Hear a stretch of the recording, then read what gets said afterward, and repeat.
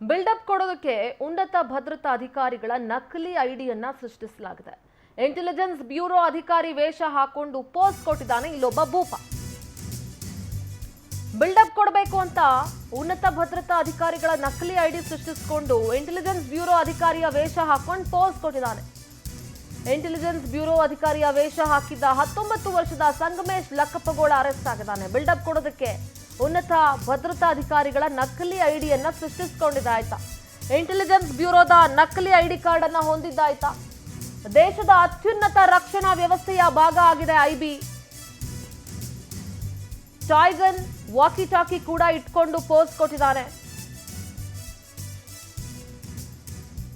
IB ವೇಷ ಹಾಕಿದ್ದ ಸಂಗಮೇಶ್ ಲಕ್ಕಪ್ಪಗೋಳ 19 ವರ್ಷ ಅರೆಸ್ಟ್ ಆಗಿದ್ದಾನೆ. ಬಾಗಲಕೋಟೆಯ ಹಿಪ್ಪರಗಿ ಗ್ರಾಮದ ಸಂಗಮೇಶ್ನನ್ನ ಬಂಧಿಸಲಾಗಿದೆ. ಇಂಟೆಲಿಜೆನ್ಸ್ ಬ್ಯೂರೋದ ನಕಲಿ ಐಡಿ ಕಾರ್ಡ್ ಅನ್ನ ಈತ ಹೊಂದಿದ್ದ. ಇಂಟೆಲಿಜೆನ್ಸ್ ಬ್ಯೂರೋ ಅಂತ ಹೇಳಿದ್ರೆ ದೇಶದ ಅತ್ಯುನ್ನತ ರಕ್ಷಣಾ ವ್ಯವಸ್ಥೆಯ ಭಾಗ ಆಗಿದೆ.